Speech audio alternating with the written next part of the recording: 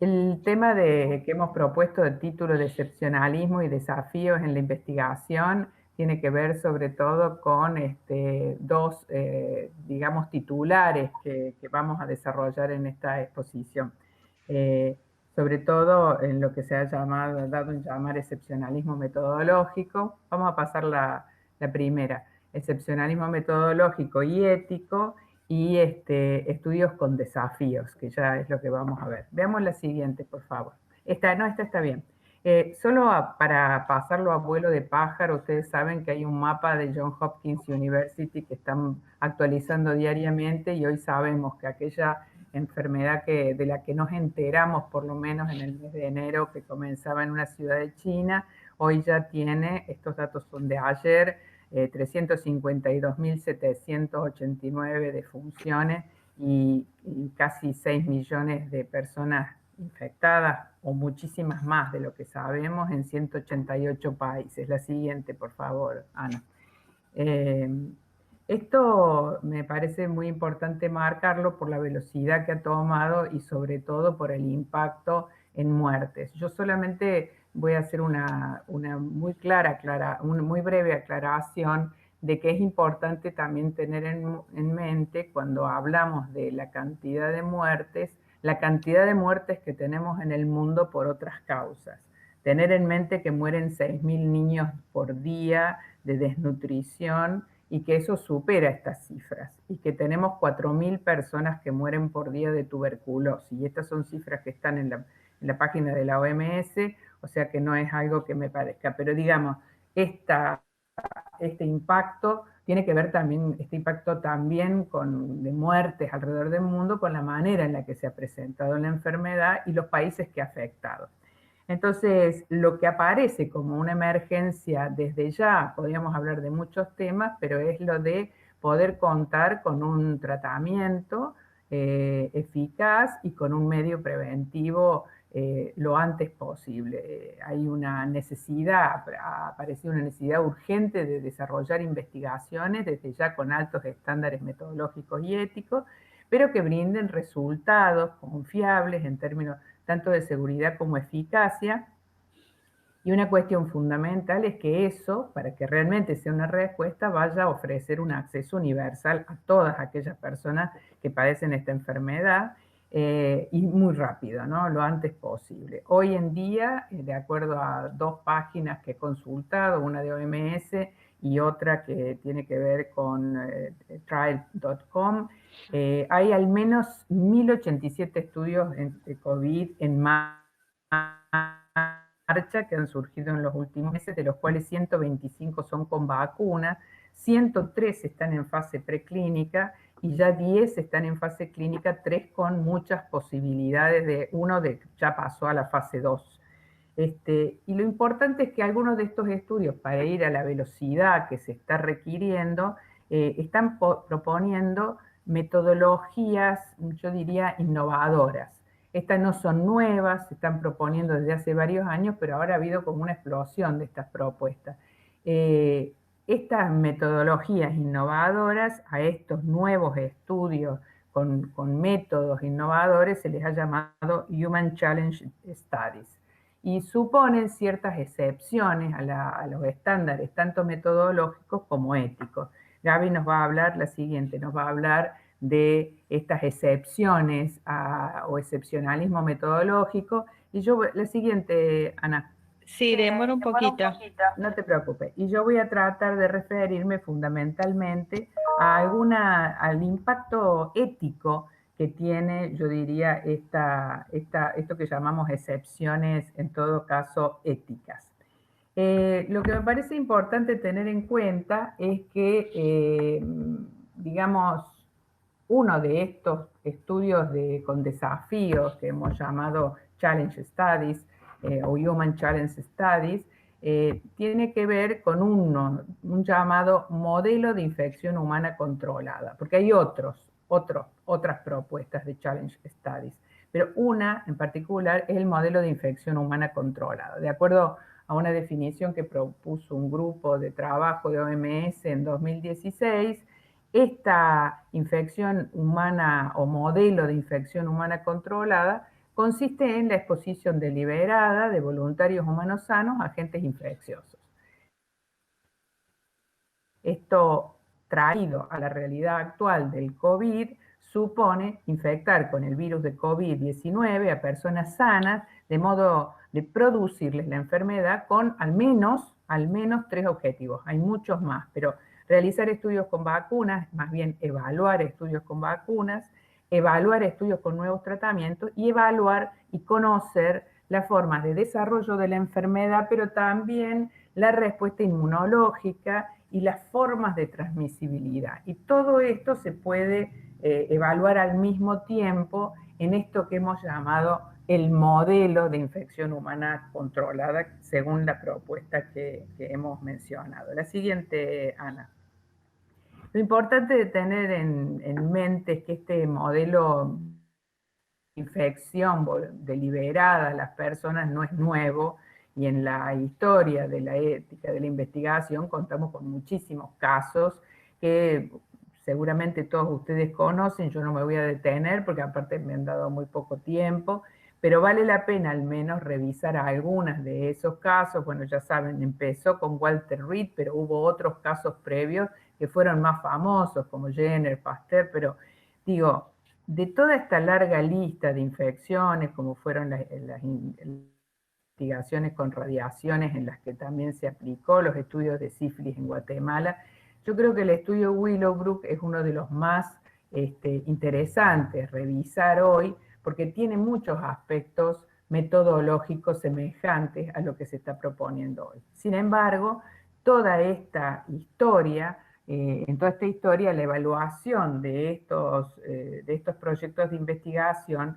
determinó que no eran éticas, que estas no habían sido investigaciones éticas. La siguiente. Y es importante, de alguna manera, poder resumir muy brevemente cuáles son los, marcos referenciales del argumento ético fundamental por el que han sido definidas como investigaciones no éticas. Y esto va a ser muy importante que lo tengan en mente para lo que vamos a seguir diciendo a continuación durante toda esta charla.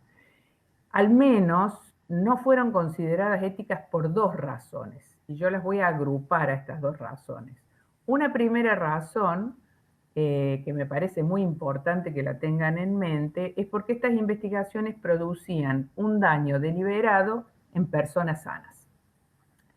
Por un lado, esta situación violaba el respeto por la dignidad humana y los derechos humanos, pero además, de alguna manera, violentaba la obligación más cara a la profesión médica, que es el principio de no dañar, y también a la ciencia. Entonces, este era un argumento ético de muchísimo peso, que es el respeto por la dignidad de la persona y la obligación de no dañar. Pero luego había otro grupo de razones éticas por las que las investigaciones no deberían haberse hecho, como fueron que muchas de ellas se hicieron en poblaciones vulnerables, que no se hicieron con consentimiento informado o este consentimiento fue sesgado, o que tenían riesgos demasiado elevados sin beneficios para los participantes, o no tenían ningún beneficio, para la sociedad, ningún resultado aplicable o generalizable. Pero estas son otras razones. Y estas 2 discusiones se llevaron adelante, por ejemplo, en el estudio Willowbrook. Se discutieron estos 2 aspectos que vamos a seguir discutiendo hoy. Ténganlo en mente, ¿no? Primer argumento y segundo grupo de argumentos. Siguiente, Ana, por favor. Entonces, en los últimos tiempos, yo diría casi 20, 30 años, se han empezado a realizar este tipo de investigaciones con infección controlada y se han aceptado, los comités de ética las han aceptado por 2 razones fundamentales, porque tenían riesgo bajo para los participantes, que llamaban entonces riesgo mínimo, y porque tenían un alto valor social. Y estas 2 palabras las vamos a volver a tratar. Se han hecho estudios en fiebre tifoidea, en cólera, en malaria, en influenza, también en dengue, y estas infecciones en realidad ya vamos a ver por qué sí se permitieron.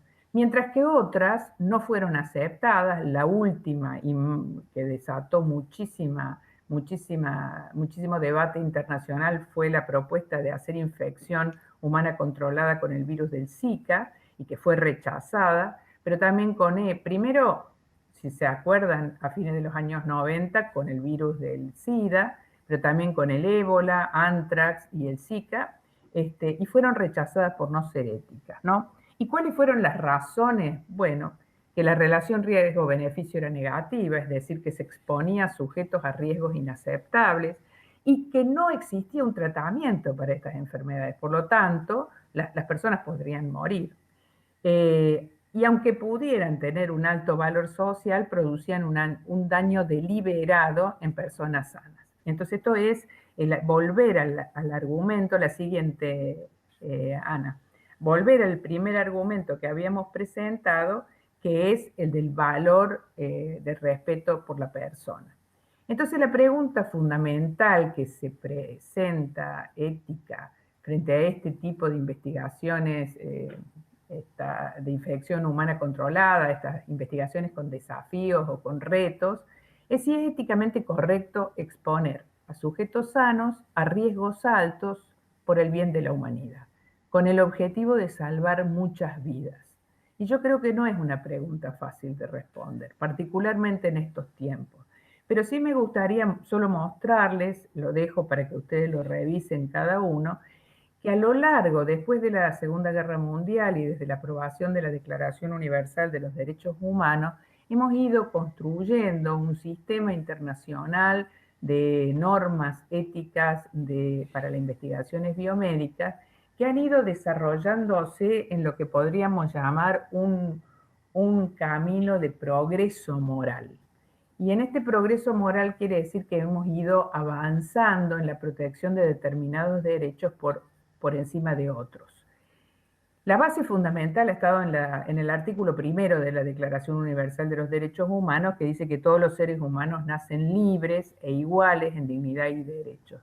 Pero si ustedes ven, el que fue, yo digo, la piedra fundamental de la ética de la investigación desde sus comienzos, se plasmó en la primera versión de la Declaración de Helsinki, ya en su artículo 5, cuando dijo que el interés del sujeto de investigación debe estar siempre por encima del interés de la ciencia y de la sociedad. Esto vuelve a poner ese primer argumento del respeto por la dignidad humana, los derechos humanos, por encima de cualquier otro interés. Y lo vuelve a tomar, por supuesto, la Declaración Universal sobre Bioética y Derechos Humanos, ya en el año 2005, en su artículo 3. La siguiente, Ana. Entonces, a la pregunta si es éticamente correcto exponer a personas sanas a riesgos altos por el bien de la humanidad con el objetivo de salvar muchas vidas, la respuesta normativa hasta hoy ha sido que el respeto por la dignidad humana y los derechos humanos, en particular el derecho a la vida, a la integridad y a la salud, no permitirían el sacrificio de algunos individuos por el bien de la mayoría. Y lo que es más importante, porque esto es lo que se está argumentando, es que aún con el consentimiento informado de los participantes, aunque los participantes quisieran inmolarse, digamos, hay unos principios básicos, y vamos a ver por qué, que no lo permiten. Siguiente, Ana, estoy tratando de pasarme la diapositiva desde acá. Muy bien, ¿y qué criterios que se empezaron a proponer para poder realizar estas investigaciones con infección humana con infección controlada? Al menos a 4 criterios básicos que podrían haber sido estándares éticos para aceptarlas.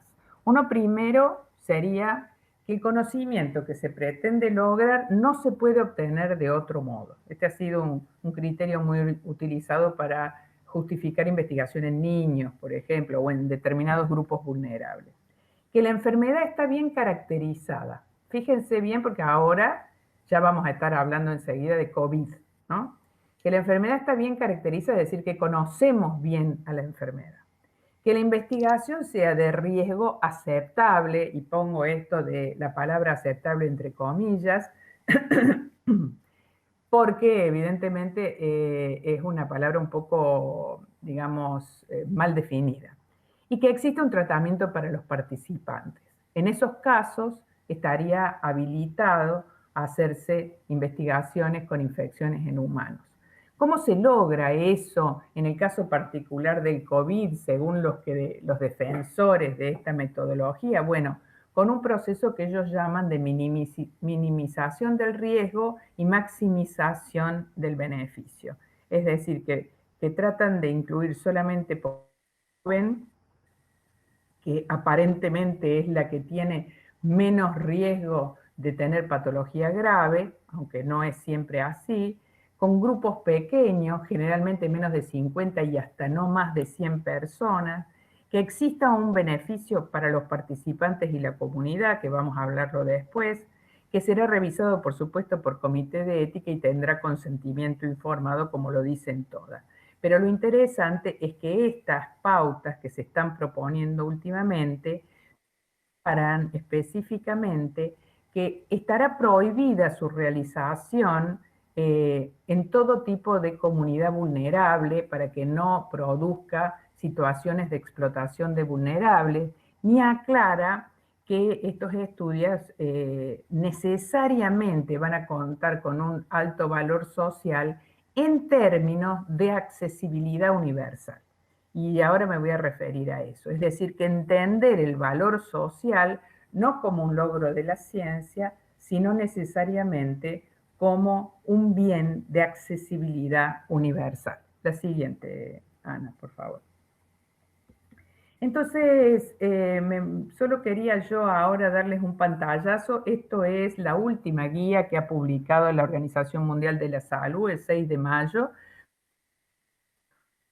con criterios éticos para aceptar, que deberían tenerse en cuenta para la aceptabilidad de las infecciones, el modelo de infección humana controlada, que propone 8 criterios, la siguiente, pero yo no me voy a referir a contestar estos criterios, sino que vamos a regresar a lo que han sido nuestra propuesta en general desde hace muchos años de qué deben evaluar los comités de ética clínica, los comités de ética de la investigación para considerar una investigación correcta y éticamente aceptable. Y eso tiene que ver con, solo a modo de pájaro, abuelo de pájaro, decir, con su corrección técnico-metodológica, con su valor social, es decir, su importancia, con la evaluación de las condiciones de la comunidad, con la calidad de los investigadores y las condiciones de los centros que llevan adelante la investigación, con la selección equitativa de la muestra del estudio,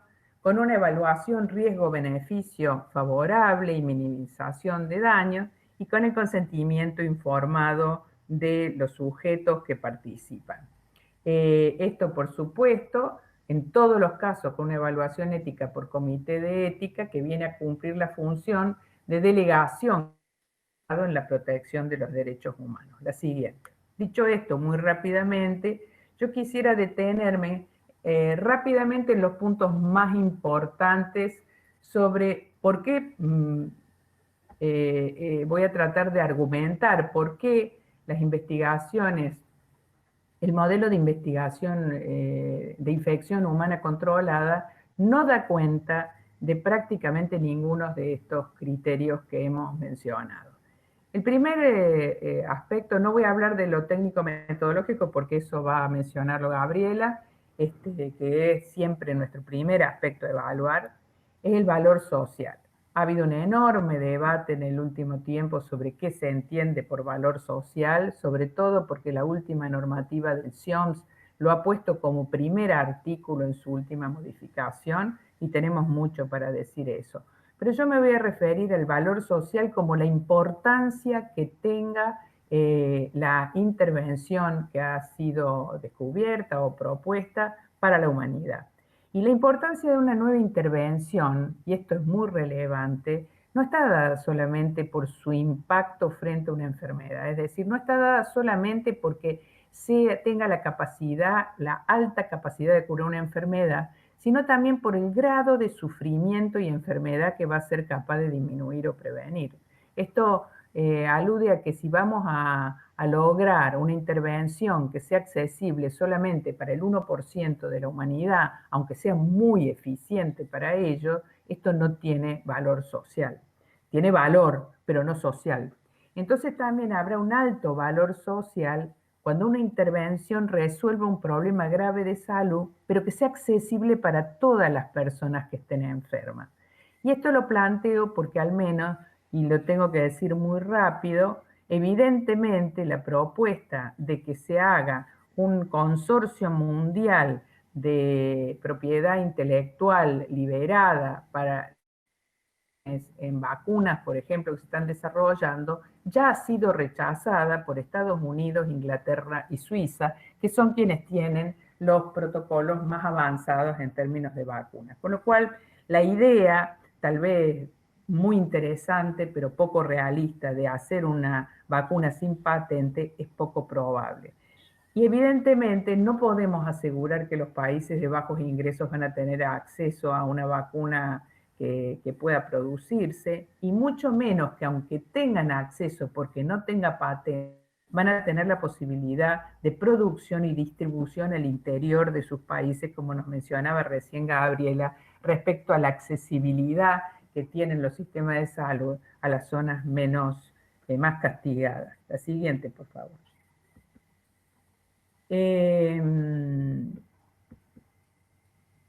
Está así.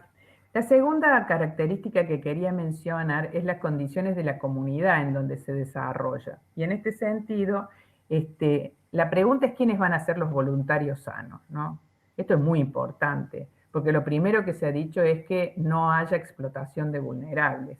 Pero ya sabemos que es altamente probable que quienes vayan a presentarse como voluntarios sanos para estudios en vacunas, al menos masivamente, sean personas que necesitan el dinero. Por ejemplo, la empresa Moderna o el estudio Moderna que se está realizando en Estados Unidos, que ya pasó a fase 2, está pagando $1.100 a los participantes, lo que sí, verdaderamente en un mundo de enorme desigualdad y en una sociedad como la norteamericana, que está en este momento en una crisis desastrosa, para todos aquellos que viven con menos de, o con $2 diarios o menos de $2 diarios, esa es una cantidad evidentemente que induce indebidamente a participar.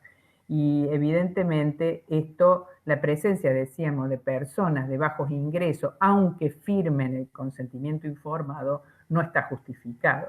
Sigue siendo explotación de vulnerables, porque el argumento del consentimiento informado es un argumento muy peligroso, en el sentido de que con solo tener el consentimiento informado ya podemos considerar que la persona es libre de participar de un estudio. Y es peligroso porque hay algunas situaciones en las cuales el Estado se arroga la obligación de proteger la vida y la integridad de los individuos más allá de su propia voluntad, como es en la prohibición de la venta de órganos, por ejemplo, y tantas otras situaciones. La siguiente, por favor. Ya voy redondeando, José. La siguiente, Ana. El otro aspecto que me gustaría mencionar, y probablemente sobre lo que hay, no la anterior, sobre lo que hay más debate, es sobre la evaluación entre riesgos y beneficios que genera estos estudios, este modelo de infección humana controlada. La primera característica respecto a los riesgos es que evidentemente se conoce muy poco. Cada vez tenemos más publicaciones donde hablan de lo poco que se sabe del comportamiento del COVID-19, sobre todo en relación a los riesgos a largo plazo. Recién ahora estamos viendo cómo ha impactado en los niños, por ejemplo, ¿no? No contamos al momento con tratamiento y no contamos con criterios, por ejemplo, de seguridad validados para saber exactamente cómo va a evolucionar la enfermedad.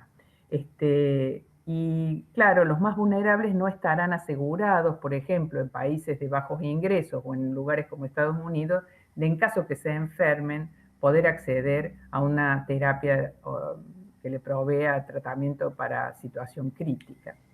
Y respecto a los beneficios, también es muy difícil prever qué beneficios tendrán los participantes. Se ha hablado mucho de que generará inmunidad, pero sobre este tema hay una enorme discusión, no hay nada seguro sobre la inmunidad a futuro que producen la contaminación con el virus y mucho menos lo que podría ser una vacuna. La siguiente, por favor. Y finalmente, el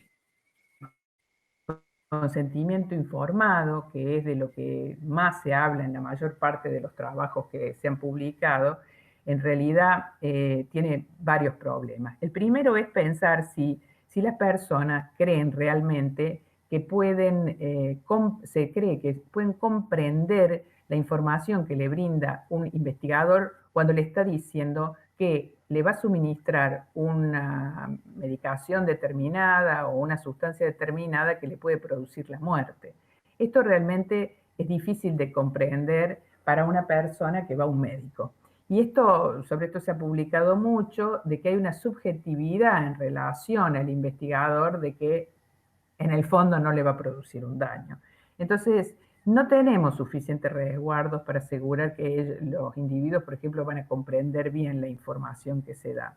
Pero lo peor es que la información que se da sobre eso, los investigadores tampoco tienen certeza y no tienen mucha información tampoco. Y tampoco están del todo seguros de cuál va a ser la dosis que tienen que suministrarle a los pacientes para provocar la enfermedad, que es lo que necesitan para generar lo que se llama el modelo. La siguiente, por favor. Y me parece importante terminar con esto del modelo, porque es importante saber que el modelo de infección humana controlada de alguna manera reproduce los modelos de investigación preclínica en animales que se hacen normalmente para vacunas. Y hay una cantidad de ventajas que tiene hacerlo directamente en humanos porque no hace falta hacer la extrapolación de los animales a los humanos. Pero por eso se le llama modelo. Así que con esto termino. Yo creo que dos cosas, aún si aceptáramos, debido a la gravísima situación que atraviesa la humanidad, que la sociedad estaría dispuesta a producir daño a unos pocos por el bien de la mayoría, aún así, cosa que ha sido cuestionada en todo el marco normativo hasta ahora, la verdad que el modelo de infección humana controlada no resiste, en este momento al menos, un análisis ético serio. Yo creo que frente a la urgencia y a la gravedad de la pandemia, para realmente salvar muchas vidas, que es lo que no deja de mencionar el documento de OMS, que todo es para salvar muchas vidas, es mejor mantener altos estándares éticos que nos permitan respetar a todos los seres humanos de manera igualitaria. Mientras se sigue buscando lo antes posible alternativas terapéuticas o preventivas que sean seguras, eficaces y de acceso universal y que permitan detener o aliviar evidentemente el flagelo de la pandemia. La última, con esto yo creo que estamos todos mirando hacia el futuro, estamos mirando este futuro tecnológico atravesado por esta infección viral y me gustaría que de acá a unos años estemos tranquilos de que los logros que haya hecho la ciencia no sea al costo de haber avasallado la dignidad y los derechos de miles de personas. Muchas gracias.